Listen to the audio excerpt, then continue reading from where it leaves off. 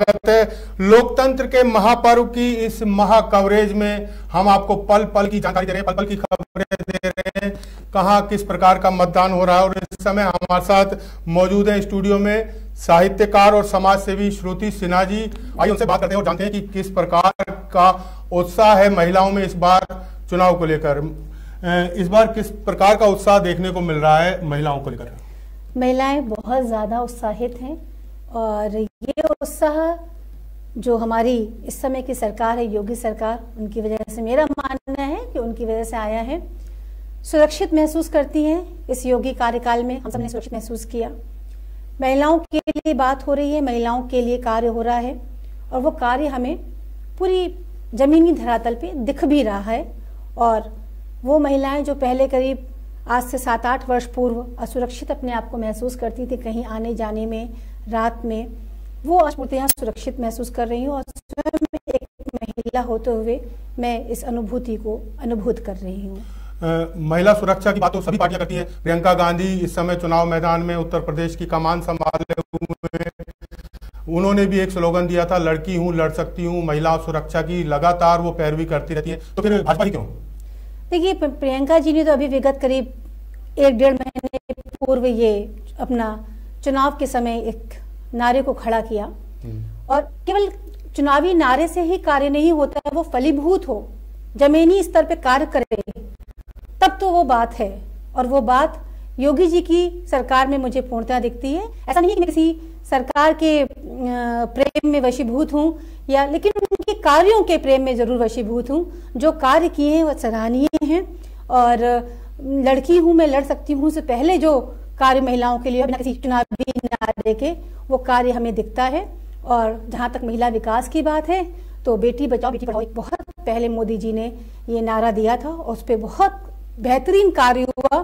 क्योंकि मैं स्वयं एक ऐसी जगह रहती हूँ जहाँ पर इस तरह की महिलाओं के संपर्क में रहती हूँ जो हाउस हेल्पर्स हैं, और उनके संपर्क में आके मैंने देखा वे महिलाएं अपने अधिकारों के बारे में जान रही हैं, लड़ रही हैं।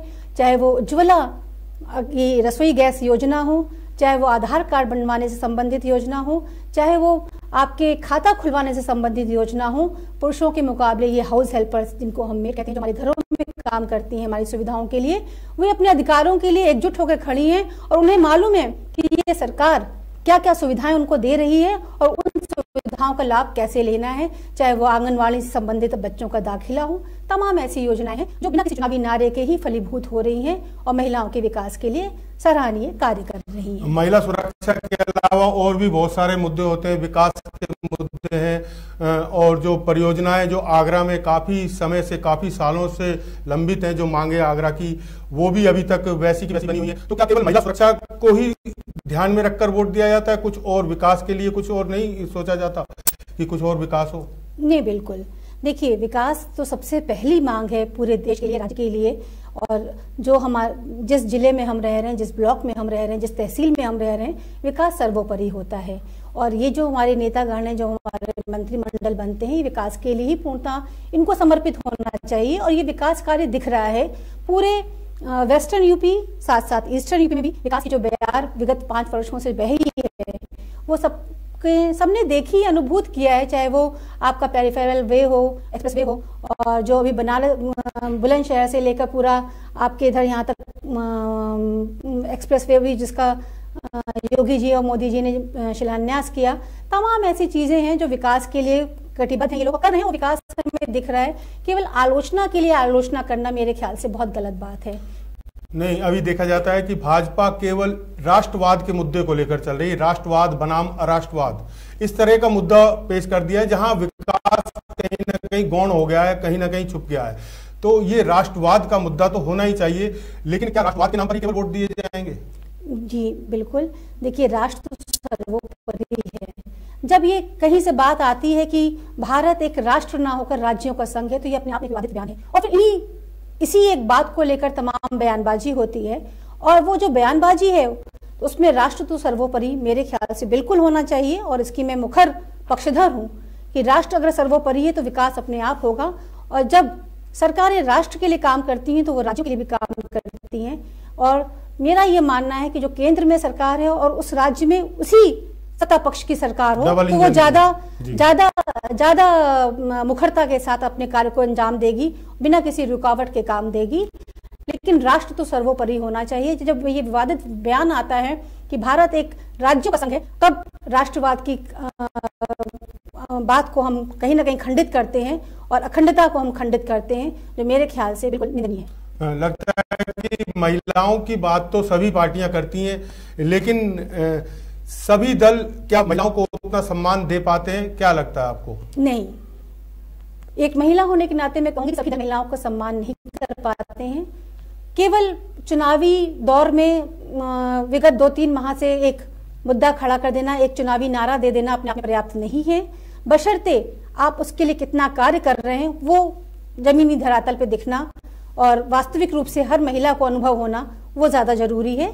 और हर महिला के इसके विषय में अलग अलग मत होंगे, अलग अलग उनका पक्ष होगा। मेरा पक्ष ये है कि केवल आप चुनाव को आता नजदीक देखकर एक चुनावी नारा देके चाहें कि वोट आपको मिल जाए, तो वो बात सही नहीं है। वास्तव में जो कार्य करे उसको वोट दें। मैं बिना किसी पार्टी का नाम लिए बोलती हूँ, जो महिलाओं के लिए, बच्चियों के लिए, राष्ट्र के लिए, विकास के लिए आगरा से संबंधित बहुत सारी योजनाएं लंबित हैं, उनके लिए जो कार्य करे, आप केवल उसको मतदान दें। मैडम, बातें तो सभी दल करते हैं ये कि हम विकास करेंगे या महिलाओं की सुरक्षा करेंगे, लेकिन देखा ये जाता है कि जैसे ही 5 साल बीतते हैं तो पता चलता है कि विकास तो कुछ हुआ नहीं। तो अभी आगरा की समस्याओं को ले लीजिए। आगरा की बहुत सारी मांगे थी, एयरपोर्ट की मांग थी, बैराज की मांग थी, हाई कोर्ट बेंच की मांग थी, जो अभी भी 60 सालों से चली आ रही है और अभी तक लंबित है। 5 सालों तक डबल इंजन की सरकार रही प्रदेश में, लेकिन उसके बावजूद 9 विधायक रहे, 2 सांसद रहे, पूरा का पूरा नगर निगम अमला रहा, लेकिन उसके बावजूद भी आगरा के हाथ आज खाली के खाली है। क्या कहना चाहेंगे इस पर? जी, कभी कभी ऐसा होता है कि कुछ जो बातें हैं या कुछ जो हमारे विकास के कार्य कहीं ना कहीं आप माननीय केंद्र की तरफ से कहीं ना कहीं चूक हो जाती है, तो उसकी वजह से लंबित हो जाते हैं। और ये जो कार्य हैं, चाहे वो बैराज की मांग हो, चाहे वो खंडपीठ की मांग हो, केंद्र में भी और फिर कैसे हुआ? और हम सबको अपने जो भी हमारे जनप्रतिनिधि आए हमसे वोट मांगने के लिए, उनको ये बोलिए कि देखिए ये विधायक के स्तर का कार्य तो नहीं है, ये हमारे सांसदों के माध्यम से लोकसभा में जब जाएगा तो ये उस काफी बड़े स्तर का कार्य है। दो सांसद भी रहे हैं। जी जी बिल्कुल। और हम और अभी बहुत ही ठोक बजाकर, ठोक पीट कर उनको कहें कि अगर आप अब इस कार्य को आपने नहीं करवाया, कि इस कार्य को आप केंद्र तक लोकसभा के माध्यम से आप लेके नहीं गए, तो अगली बार हमारा मत आपको नहीं पड़ेगा। तो बहुत ठोक बजाकर अपने जनप्रतिनिधियों को तोल मोल कर हमें मतदान करने की आवश्यकता है। और ये कहना कि आगरा में विकास नहीं हुआ है, बिल्कुल गलत है। आगरा में देखिए मेट्रो की परियोजना थोड़ा सा लंबित है, लेकिन फलीभूत हो रही है। बहुत सारे ऐसे कार्य हैं जो परियोजना मैडम शायद तब पूरी होगी 2024 में, जब केंद्र में चुनाव होंगे, शायद यही लग रहा है। देखिए ये तो एक हर राजनीतिक दल कुछ न कुछ चुनावी वादे करता है और जनता को लुभाने के लिए लोक लुभावन बातें करता है, लेकिन हमको ये देखना चाहिए कि एक कहावत है ना कि हमाम में सब नंगे हैं, लेकिन कौन कम है वो आप चुनिए जो बेहतर कार्य कर सके जनता के लिए। और हमको उनमें से एक ऐसा प्रतिनिधि चुनना है। जनता को मजबूरी है अंधों में काना राजा चुनना? नहीं, मैं अंधों में काना राजा तो नहीं कहूंगी। देखिए, हमारे सामने कोई इस समय विकल्प भी नहीं है। एक मजबूत दल के रूप में, एक मजबूत छवि के रूप में हमारे सम्मुख जो भी एक सत्ता पक्ष खड़ा होता है, वो अपनी मजबूती, अपने कार्यों से हम सबके सामने सम्मुख खड़ा है। उसका विकल्प हमें कहीं नहीं मिल रहा है। तो इसलिए जनता तो उन्हीं के साथ है, जहां तक मेरा विश्वास है। और बिना नाम लिए मैं कहूंगी कि जो भी राष्ट्र के निर्माण में कार्य करे, राष्ट्र विरोधी कार्य ना करे, राष्ट्र के निर्माण में जो कार्य करे, विकास के लिए जो कार्य करे, आप सभी से अनुरोध है अपना मतदान उसी को दें। महिलाओं के लिए क्या संदेश देना चाहेंगी, क्या कहना चाहेंगी लोकतंत्र के इस महापर्व पर? महिलाओं के लिए यही संदेश है कि जिस तरह से हम सब आज अपना मतदान देकर आए हैं, वैसे ही आप सब अपने अपने घरों से निकलिए और जो उचित उम्मीदवार राष्ट्र हित में आपको खड़ा नजर आए, जो आगरा की समस्याओं से पूरी तरह से परिचित हो और उनका समाधान करने के लिए आतुर हो, आप ऐसे अपने जनप्रतिनिधि को आज मतदान देके आए। लोकतंत्र का सबसे बड़ा पर्व है और आज के दिन हम सबको अपने अपने घरों से अवश्य निकलना चाहिए। आपने भी आज मतदान किया, आपके परिवार ने भी मतदान किया, तो कैसा वहाँ का नज़ारा था? वहाँ की सुरक्षा व्यवस्था की बात की जाए बूथ की, या वहाँ आसपास जो लोगों में उत्साह है किस प्रकार का था, क्या कहना चाहेंगे? जी, मैं उत्तरी विधानसभा क्षेत्र में गई थी चंद्रावती विद्यालय में मतदान करने, और बिल्कुल चाक चौबंद पुलिस की व्यवस्था थी और बहुत ही शांतिपूर्ण ढंग से मतदान हो रहा था। क्या कोरोना गाइडलाइंस का भी पालन जी किया जा रहा बिल्कुल बिल्कुल कोरोना गाइडलाइंस का पालन किया गया था,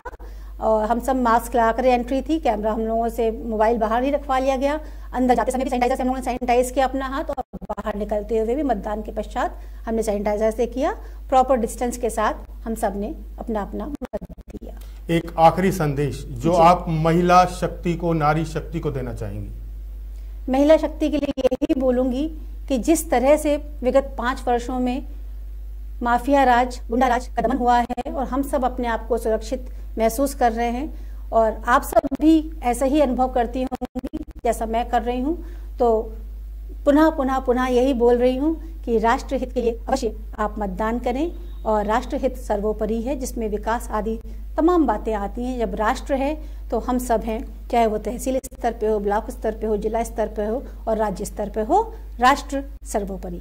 तो ये थी साहित्यकार और समाजसेवी श्रुति सिन्हा जी, आप हमारे स्टूडियो में आए, आपका बहुत बहुत धन्यवाद।